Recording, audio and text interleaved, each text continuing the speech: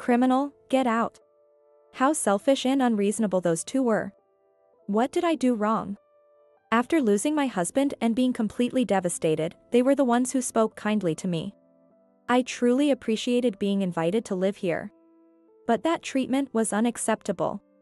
My daughter-in-law accuses me of ruining their family, and my son just goes along with it. And then, they labeled me a criminal and told me to leave this house. Fine, I would give them what they wanted if they insisted so much. I'll be out by today. But they had no idea, they would regret it if they kept underestimating me like that. I decided to make them regret that they treated me like a criminal. My name is Mary. It had been 8 years since my husband passed away when I turned 50. Back then, I was falling apart after losing him. The ones who helped me were my son David and his wife Emily, with whom I was living. Mary, why don't you come and live with us, if you like? David, standing next to her, nodded in agreement with a kind smile. I accepted their kind offer and decided to live with them. Since they didn't have kids and both worked, they seemed frustrated with not being able to keep up with the housework. So I took it upon myself to handle it for them. However, I couldn't just do housework all the time, so 6 months later, I started working part-time at a nearby grocery store. I used half of my monthly salary for living expenses and a little bit of the remaining money for my own savings. I lived like that for 8 years. I'd like to say I was living a peaceful and happy life together, but life wasn't so easy. Mary, did you clean the room? It's a bit dusty. Didn't I tell you I'm allergic to house dust, so daily cleaning is essential? I'm sorry, I was suddenly asked to work overtime. I just got home a little while ago. I'll do it quickly now, so I hope you'll let me go. I don't want to hear that excuses. I need you to do your work and your chores properly.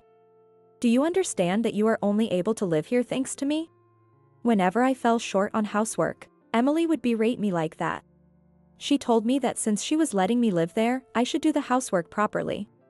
And David would chime in with her. Seriously, do the housework thoroughly.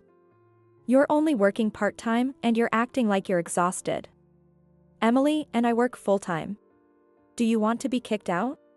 And that was still the better one. Sometimes, they'd say even worse things. The other day, after leaving a simple message that I should do the housework, since it was my day off, they got dressed up and quickly went out. Naturally, I stayed behind to do all the housework. I'd like to relax when I have a day off too. After finishing all the housework, I was enjoying the few remaining hours of rest in my room. Then, they came home earlier than expected. Huh? Why isn't dinner ready? Mary. Hearing Emily's voice from downstairs, I jumped out of bed in a hurry. The sun was setting outside the window. It was already this late. I tapped my face to wake up and clear my head. Rushing downstairs, I found them sitting on the sofa, glaring at me. Oh, sorry, I was just a bit tired and had some rest up there. I'll get dinner ready right away. Emily sighed deeply. How many times do I have to tell you? As long as you live here, you need to do the housework properly. Get it through your head. Exactly, she is right. This is our home, not yours. If you can't do your part, pack up and leave. How did I get this from my own son as well? When I first came here, things weren't like this. When they worked, I did the housework, and when they were off, they helped out, balancing things well among the three of us. But looking back, that was only in the beginning. As time went by, they completely abandoned doing any housework. I was subtly guided into taking over all the chores. Now, to my son and his wife, I'm nothing but a maid. Maybe that was their plan from the beginning. I began to resent this life. But even in such days, there was one thing I looked forward to. It was chatting with people my age at the grocery store where I worked. At the grocery store, many people around my age were working. Many of them were of the age of having grandchildren. And we were able to talk about various topics such as daily complaints and stories about their grandchildren. My closest friend there was Lisa, who was the same age as me. Did they do something awful to you again? Lisa was always kind enough to worry about me. Hearing that I was being treated as a maid and harassed by my son and his wife, Lisa asked me about it, while expressing her anger toward them. Why don't you leave that house? You have a family home, right? I do, but my sister and her family live there now. My sister lived in our family home with her husband and her child. Well, how about moving in with your sister? If you guys aren't on bad terms. Of course we are close and still communicate frequently. But I don't want my sister's life to be disrupted because of me. Lisa laughed back at that, saying there was no way that would happen. Instead, she told me that it would be better for me to get the heck out of my son and his wife's place. I was on my way home after my work when I received a call from Emily. Mary, where are you now? I just finished work and I'm on my way home. Why? How can you be so relaxed? Did you go into our bedroom? What were you doing in there? It seemed she thought I had gone into their bedroom. I didn't go into your bedroom. I think it's some kind of mistake, Emily. Oh wait. Don't you dare blame it on me. We let you live here and this is how you repay us? Such an old hag. Her sudden change in tone left me speechless. You should just listen to me, old hag. You're just a housemaid who can't even earn much. I'm so sorry about your late husband, having to share his life with such an old hag like you. Then she hung up. Tears flowed naturally from the harshness of her words. The path I usually saw so clearly was blurred today. Just then, my phone rang again. I thought she had more to say despite everything she already said. But when I looked at the phone, it was my sister's name on the screen. Hello? Hi Mary, how are you doing? Wiping away my tears, I answered Jessica's question. Well yes, I'm good. What's up? Mary? Are you crying, maybe? My sister always had a keen intuition and it was hard to fool her.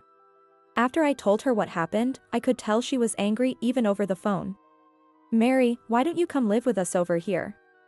You shouldn't have to endure such horrible things any longer.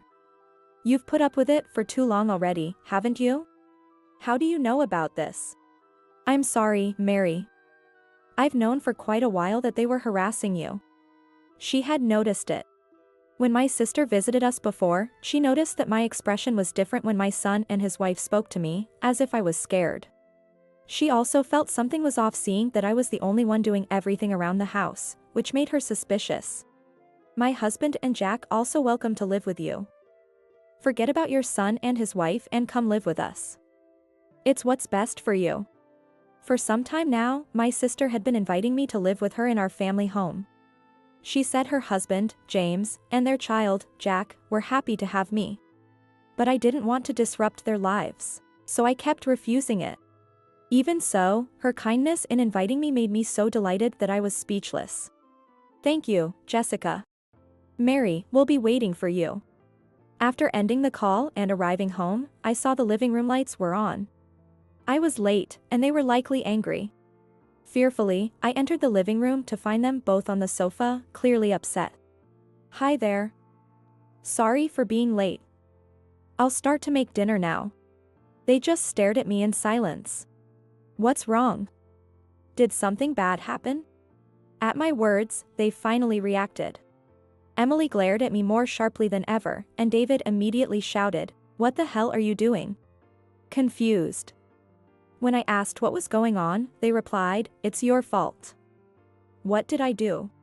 When I asked for an explanation, Emily accused me of something outrageous. You took money from our account without permission, didn't you? What? Emily showed me the bank statement.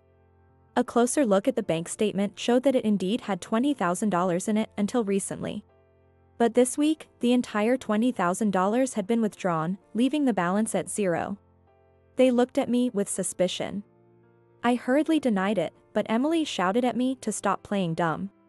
I saw you. The other day, you were opening our drawer and looking for something. You knew there was an ATM card in there, didn't you? Wait. No, I didn't do that. Yes. You went into our bedroom the other day to look for our ATM card, right? Wait. No, it really wasn't me. As I desperately denied it, my son quipped. You know what? Even if I'm your son, there are things you can't do to me. Stealing money? What were you thinking? You're not my mother anymore. I'm calling the police, so brace yourself. No matter what I said, they didn't believe me, and their abusive words continued until I ran out of the house. And then, ding dong, the bell rang. Who is it? Jessica, it's me. Mary? Wait a moment. When my sister opened the door, what did she think seeing me standing there in a daze? My sister looked so sad and distressed when she saw me. And her husband came out to see what was going on. He was also surprised to see me. They invited me in and led me through to the living room. Did they say something awful to you again? I explained what had happened. Then my sister and her husband's faces turned angry. What were they thinking? They let you do all the housework and even tell lies like that. Mary, please leave that house right away. I'm worried about you enduring anymore. My sister and her husband believed me. They told me to stop enduring and come live with them. Their kindness made me burst into tears. I decided to accept my sister's offer and live with them. But my sister said she couldn't stand what had been done to me and wondered if there was a way to make my son and his wife pay for their actions. Hey, didn't you have a friend who does that kind of work? Can you ask him for help? Yeah, I'll give him a call. A few minutes later. No problem, he'll take care of it. Great, now we just have to wait for the results. Jessica, James, thank you so much. And so, the plan to get back at my son and his wife began. After discussing the plan with my sister and her husband, I decided to return to my son and his wife's house temporarily. 3 days later, when I returned, I was met with a barrage of insults from them. They said to me like, where had I been? Don't slack off on the housework, do the laundry since it was piling up. A series of complaints came up. But I was prepared for this. Seeing my calm expression, they got even more irritated and shouted, criminal, get out. How selfish and unreasonable. What did I do to deserve this? They were the ones who comforted me when I was devastated after losing my husband. I was truly grateful for inviting me to live here. But that treatment was unacceptable. Emily accused me of ruining their family, and David just went along with it. And then, they labeled me a criminal and told me to leave this house.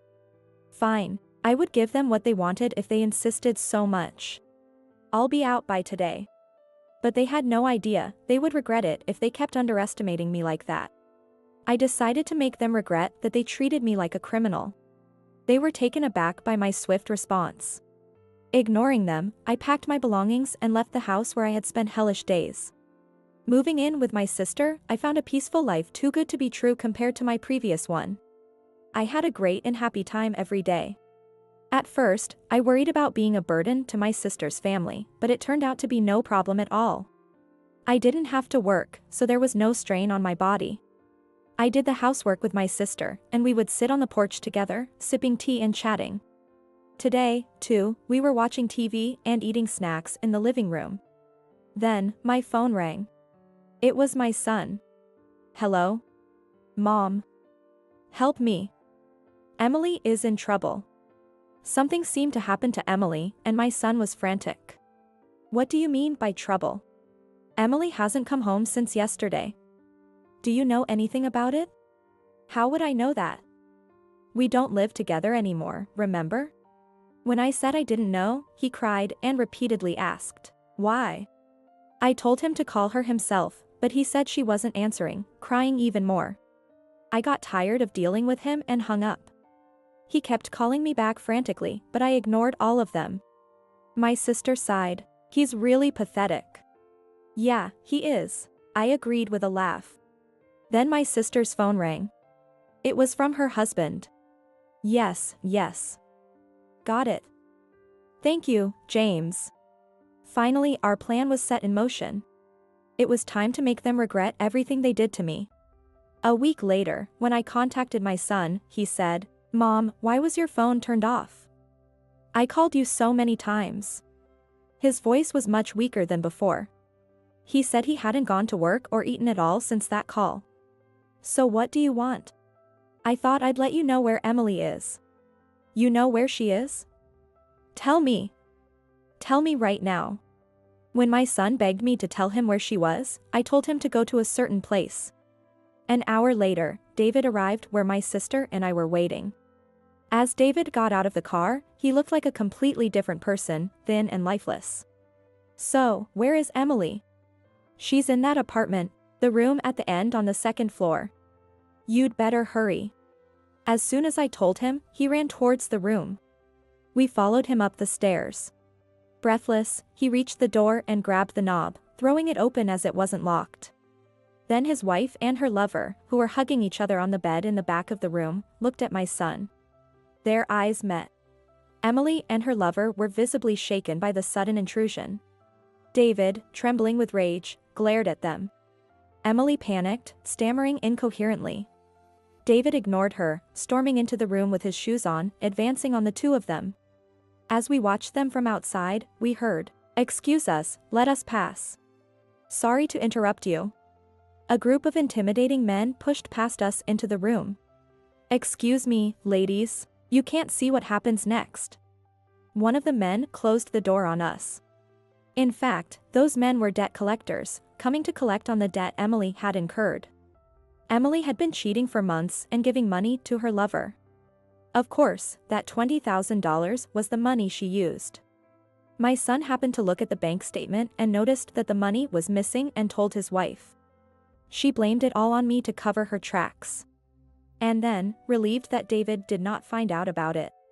She also used her husband's salary and even borrowed more money from a loan shark because it was still not enough. Of course, with all that spending, there was no way she could repay the debt, so she hid herself in her lover's apartment to escape the collectors. We had no idea what was happening inside after the men closed the door on us, but there were screams, cries, and angry shouts flying around. It was clear the room was a scene of chaos. I looked at my sister and said, "I have no choice, right?"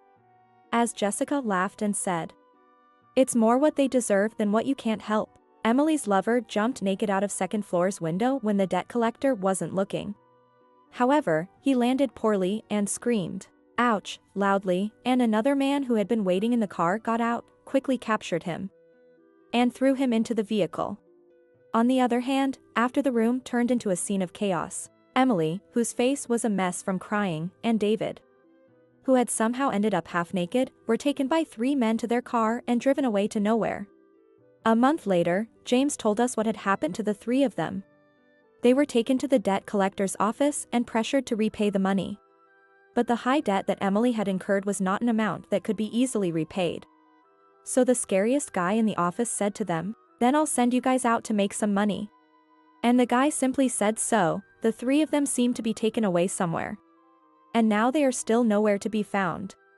No one seems to know when they are able to return. Thus, my long 8-year ordeal with my son and his wife finally ended. "Mary, everything is ready except the main course. Count on me, I'll make the most delicious food for him." Today is Jack's birthday. Celebrating Jack's birthday with food prepared by me and my sister. And there is no trace of the painful days that were there. There is a happy family life. Now I finally have some really happy days ahead of me.